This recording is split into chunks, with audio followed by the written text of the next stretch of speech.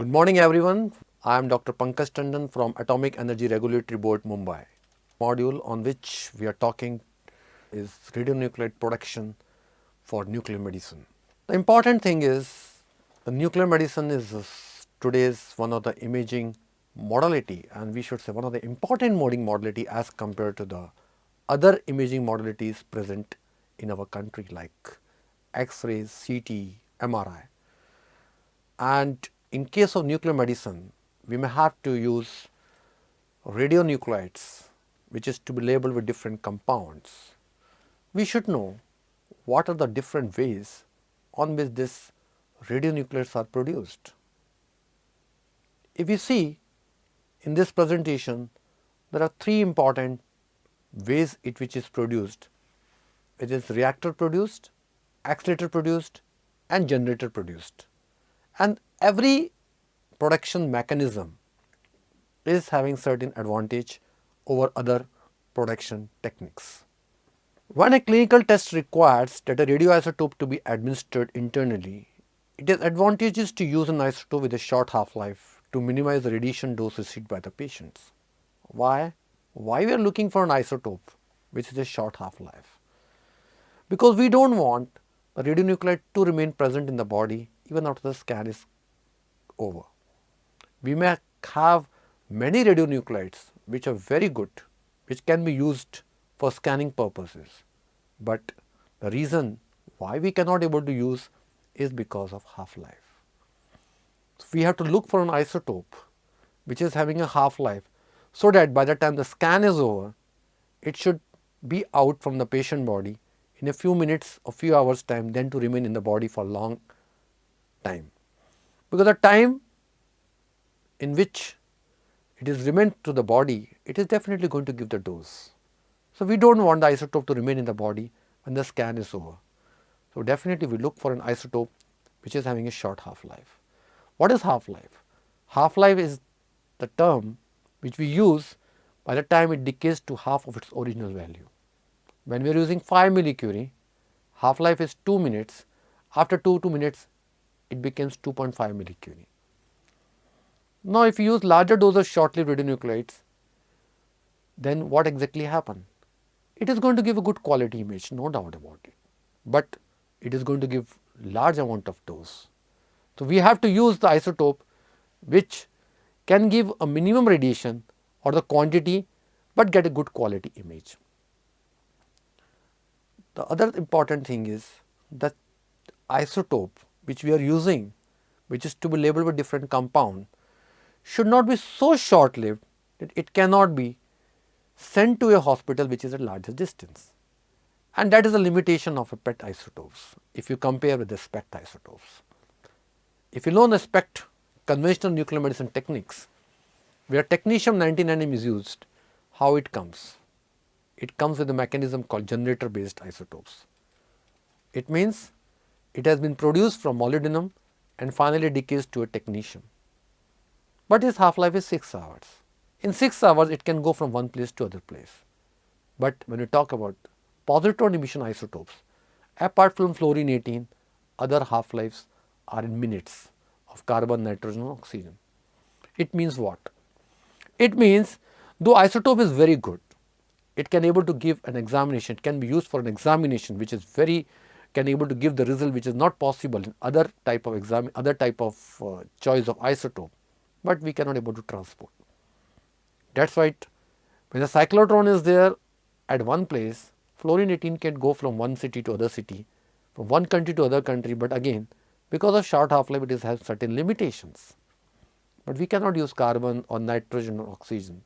The reason is very simple, because of short half-life.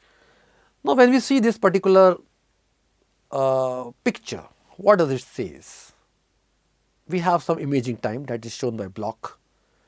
It has been, you have administered the activity. Your imaging is over, but if the isotope which is used is having long half-life, what is happening? It is imaged in the body. What it does, it is of no use to the body because scanning is over. You have got the information, but finally what is happening? It is unnecessary giving a dose to the body. So we would like to use short-lived isotopes to minimize patient radiation dose. Unlike an X-ray device, we can't turn it off. It's very simple. When you go for X-ray examination, what it happens? The machine gets on, X-rays are emitted, it comes out from the body and scans. The patient is not become radioactive. But in case of nuclear medicine, what happens? You have injected the activity inside the body. It means it will not come out. It will have some biological decay as well as physical decay. Now, physical decay, as we all know, it is the characteristic of the isotope. It always remains constant. It never changes whether the isotope is outside the body or inside the body. But biological decay plays a very important role. Now, if the excretion rate is very fast, it means the biological half-life is reduced. If the uptake is slow or uptake is fast, it totally depends on excretion rate. Uptake is taken place with organ when you are administering the activity, but excretion is one of the important things which has to be looked into it. So, if we are able to choose an isotope having short half-life, where the scan is done, you get information and the dose is minimized. Naturally occurring isotopes which are very good, we can start using it, having a half-life years, 10⁵ years. What does it mean?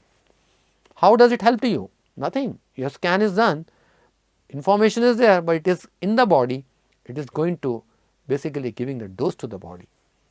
So, always we look for an isotope which is short-lived isotopes. Now, how these isotopes are produced, what is the mechanism, that only we are going to discuss in this presentation. Now, first important thing is when we talk about reactor. What happens in reactor? What happens? In reactor, basically you are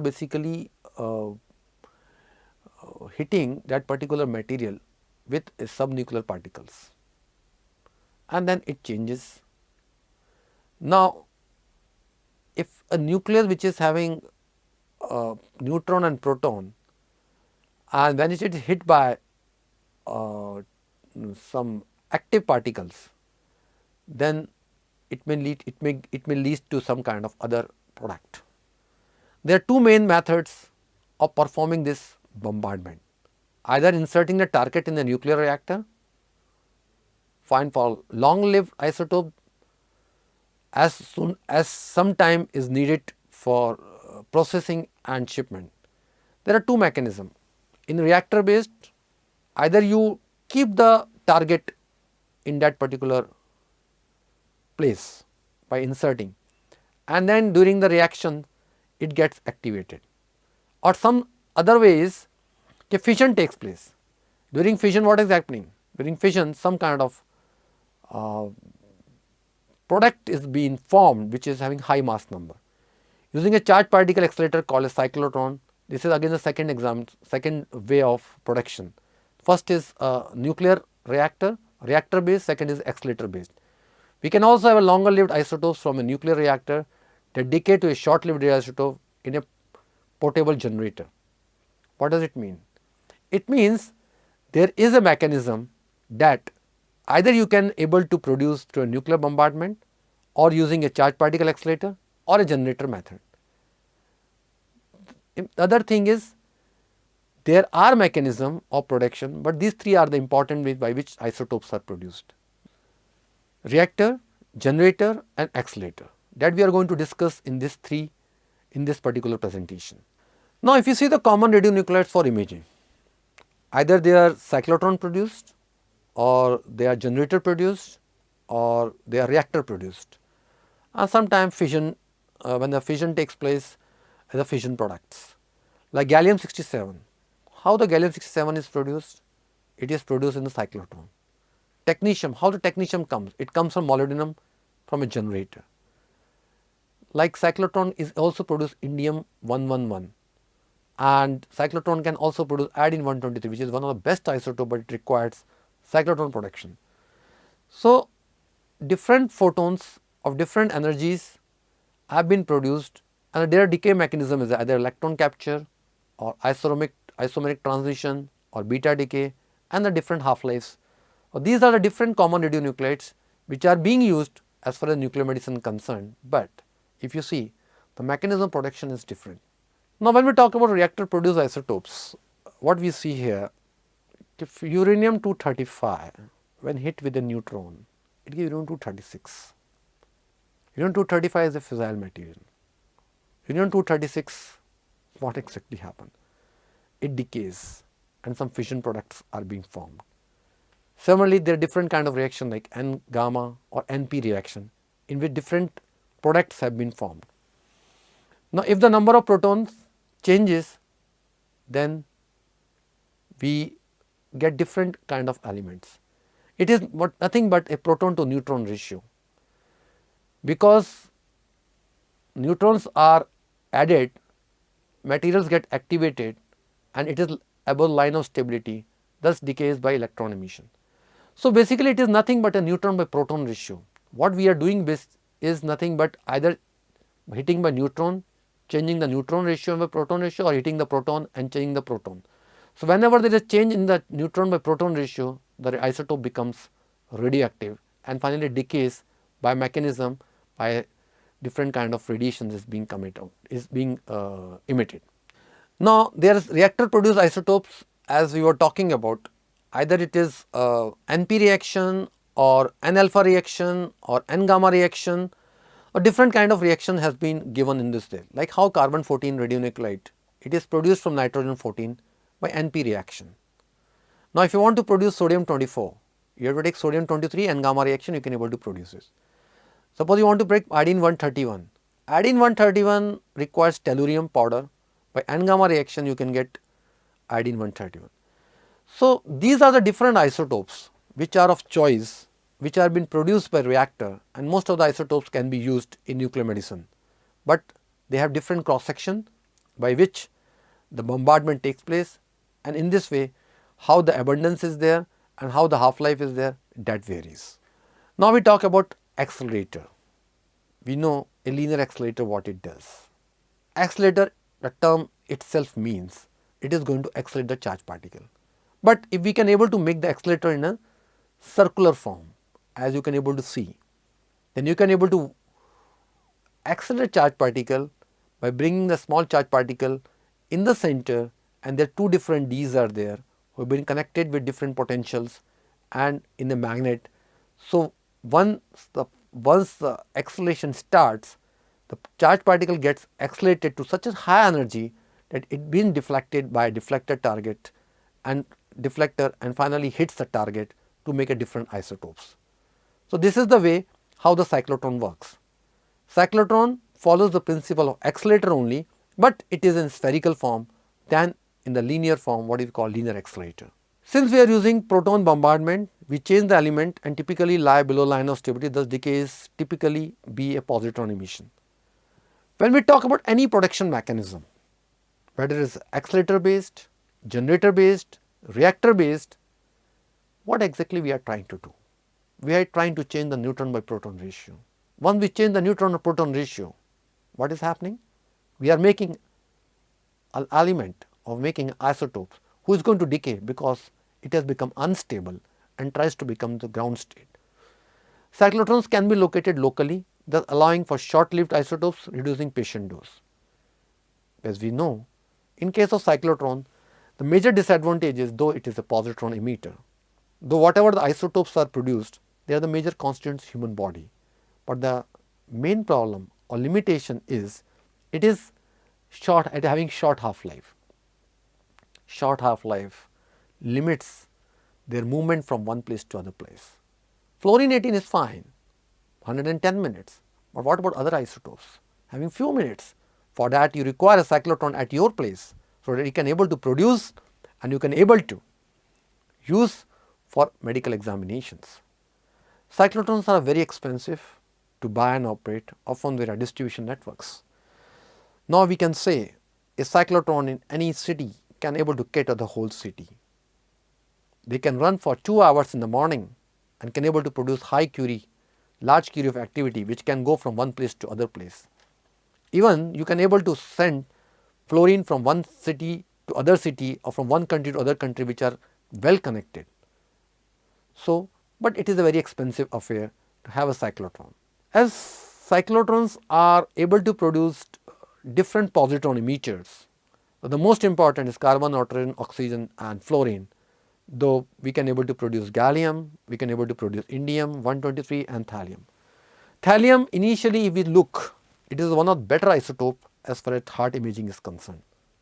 As a thallus chloride you can use it. But what happened now? We have to import this because we cannot able to produce it, because it requires cyclotron of very high energy to produce it. Similarly gallium, similarly indium and 123. Cyclotron can able to produce any such isotope which is listed over here by bombarding with a high energy particle, but the limitation you have to change the target and it requires cyclotron. Now comes to generator. In the previous slide we discussed about reactors, we have discussed about accelerators, now we talk about generators. In generators is what exactly? If you see generator means what? Generator is a kind of small basically a module which can able to keep the parent for a longer time, and finally the parent decays and you get a product or a daughter we can say. Now alternative reactors or cyclotron to use mother isotope that has a long half life that decays to a short half life, daughter that can be used for imaging purposes. I can give a few examples of how the generator works. If you know molybdenum technetium generator, where technetium is the workhorse for general nuclear medicine. In our country, if you see, most of the nuclear medicine examinations which are using SPECT, they are using generators. Either generators are to be imported or we can get from indigenous manufacturers who are making the generator. These generators is having a alumina column where the moly is being adsorbed, and moly is molybdenum or moly we can say it is having a half life of 66.6 hours. So, it decays and finally it gives technetium. This technetium is having a half life of 6 hours and what we require is technetium. The thing is technetium is not being absorbed in the alumina column. So, we have to elevate this technetium outside. It is a milking process you can say. Every 24 hours if you see, the moly is able to give a good quantity of technetium and we can able to dilute technetium every morning and then finally combine with a pharmaceutical to make a radiopharmaceutical. In this way how this generator works, but the generator is not at all limited to molybdenum technetium, germanium gallium, strontium yttrium, and tin indium. There are many generators available, but when we talk, this is the most commonly used generators in our time. Now, if you see generator radionuclides, gallium, rubidium, strontium, technetium, indium, and the different mechanism by which it decays. If you see strontium, technetium and indium, it is written isomeric transition is the way it decays. But gallium and rubidium, it is decay method is beta or electron capture. Now, when we look the half life of rubidium, which is one of the best isotopes to be used and a positron emitter, we have to look for a generator which is half life is 1.3 minutes. Now, 1.3 minutes you cannot able to send from one place to other place, definitely require a parent which is strontium. Strontium rubidium generator is being used in the hospital. Nowadays if you see most of the places molybdenum technetium and germanium gallium is the two different generators which are very commonly used in nuclear medicine department, and now slowly people have started procuring strontium rubidium generator also, because each isotope is having a different way of analyzing the disease. So, we cannot replace all these isotopes by single isotopes. So, sometimes we require information which we not get in one isotope, so we look for the other isotopes. Now, when we see this table, what does it infer? this is basically one of the important and most important, you can say, graph for generated activity levels in case of moly technetium. Now, if you see, the moly is being building up. Moly is decaying, and technetium buildup is taking place. It starts from 0 and finally at certain level it reaches to the maximum. After one day, means 24 hours, it reaches to the maximum, and then you can able to separate this technetium from molybdenum. Then technetium started decaying, and slowly technetium builds up, takes place. So, if you see, the moly is decaying up, technetium gets built up, you take it out, again build up, again take it out. Every 24 hours, if you see, you can able to reach to the maximum. But since the decay of moly is also taking place, you cannot get the same activity what you got in first 24 hours. It means the technetium is you will able to get the technetium every day in the morning for the whole day purpose from the moly which you have procured one time, and the generator is moly technetium generator. And after 5 or 6 days, this moly is of no use to you. So, after 6 to 7 day technetium what you are eluting, you can able to get some few millicurie from that particular moly, but may not be able to suffice for the whole day program. Definitely every week you require a generator, or every 15 days or 10 days you require a generator which gives moly, and finally you get technetium out of it and you can able to use it. Generators are developed to serve as a convenient source of the production for short-lived radionuclides. And we are discussing about 3 different mechanisms like generator, reactor, accelerators. And generators are more commonly used nowadays. Initially, in the earlier days, when we were used to radioisotope, iodine-131 was the most important use of P32. This has come from reactor-based isotopes. So, either these isotopes are from fission and or N-gamma reaction, but nowadays generators are very common because you can able to take the generators from one place to other. It can be kept in a hospital, you can able to use daily, and after 6 or 7 days, depends on the half life of the parent, you can able to discard the generator as a radioactive waste. A generator is basically constructed on the principle of decay growth relationship between a long-lived parent radionuclide and a short-lived daughter radionuclide. In a generator, basically a long-lived parent nuclide is allowed to decay to its short-lived daughter nuclide, and the later is then chemically separated. That is what the generator means. Now, you have taken moly technetium generator. Moly is the parent isotope, 67 hours. It is decaying, and finally you are getting technetium.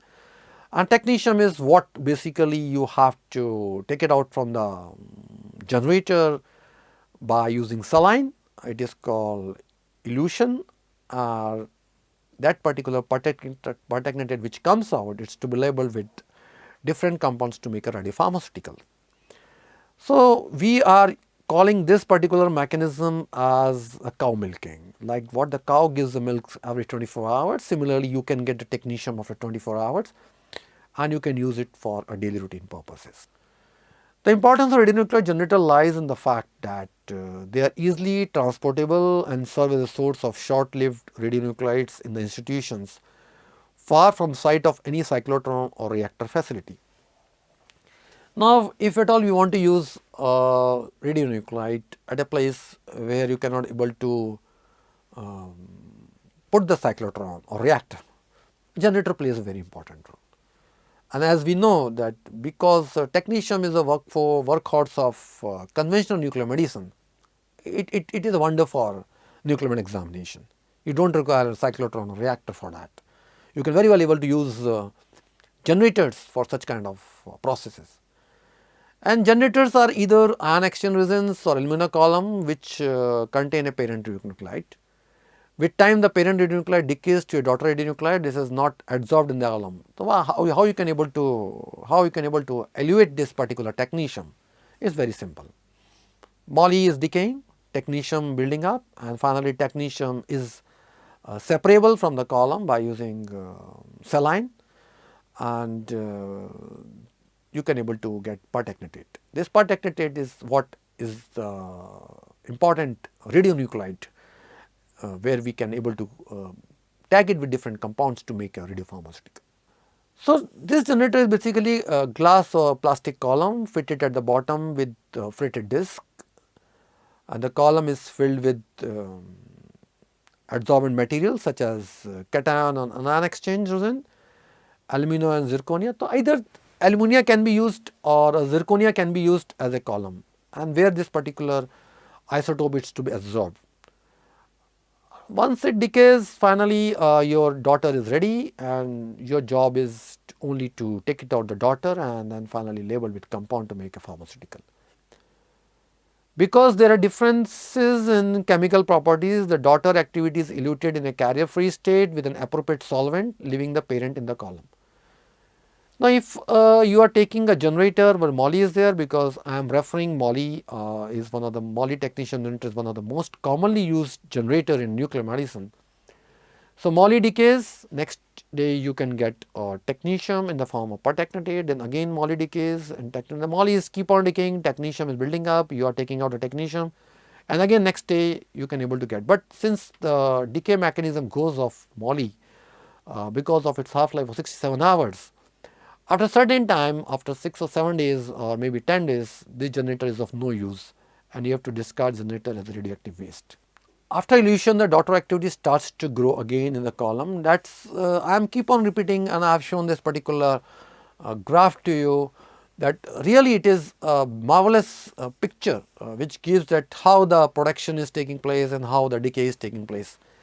A radiation generator must be sterile and pyrogen free. Why it is sterile? Why pyrogen free? Because finally you are taking out the technetium. If it is not sterile or pyrogen free, the technetium which is coming out, which you are going to label with some compound, then this particular is going to be administered in human body. When you are going to administer it in human body, you have to be very careful, because it should not give a reaction to the human body. Though once we make the radiopharmaceutical ready, that also is going to have some quality control procedure, but we have to see to it the production techniques.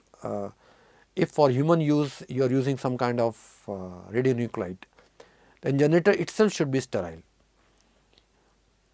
How to sterilize this particular? By autoclaving the entire column or by preparing it from sterile material under the aseptic conditions. Often bacteriostatic agents are added to the generator column so that you get a product which is bacteria free. Elution or milking of generator must be carried out under aseptic conditions. Why we are so much careful when we are taking out the technetium? Because we do not want that when the scanning is being done, the patient gets reactive because of this particular compound and may lead to some kind of serious consequences. So, quality control of the product and the quality control generator plays a very important role as far as generator method is concerned. If you see, the ideal radionuclide generator should be very simple, conventional, rapid to use, and give a high yield of daughter nuclide repeatedly and reproducibility. That is what the moly technetium does. They are very simple to use, anybody can use it. A generator, you can keep it on a table, and this is being shielded properly so that no radiation is coming out, and moly is decaying. You just keep the one vial of saline so that whatever technetium which is being generated gets combined, and from other vial which is vaporized vial, you can able to collect the pertechnetate from down. It should be properly shielded definitely, because it contains radioactive material. Moly is having a half life 67 years, and it is giving gamma emission. So, we need to understand that it should not give unnecessary kind of radiation to the person who is basically making this radionuclide. The generator eluate must be free from parent nuclide and absorbed material. Very commonly it has been seen that we always see the molybdenum breakthrough test. There are certain kind of tests, because no doubt when you are eluting technetium from moly, some part of moly remains in technetium, and that should not cause unnecessary reaction in the human body.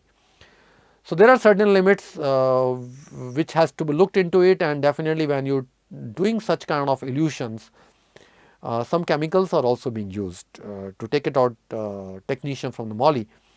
So we have to see to it the radionuclide impurity, radiochemical impurities, that should be in the minimum level or the level which is acceptable as for protocol is concerned, and so that whenever using it, it can be used only for scanning purpose, and it should not give unnecessary hazards to the human body.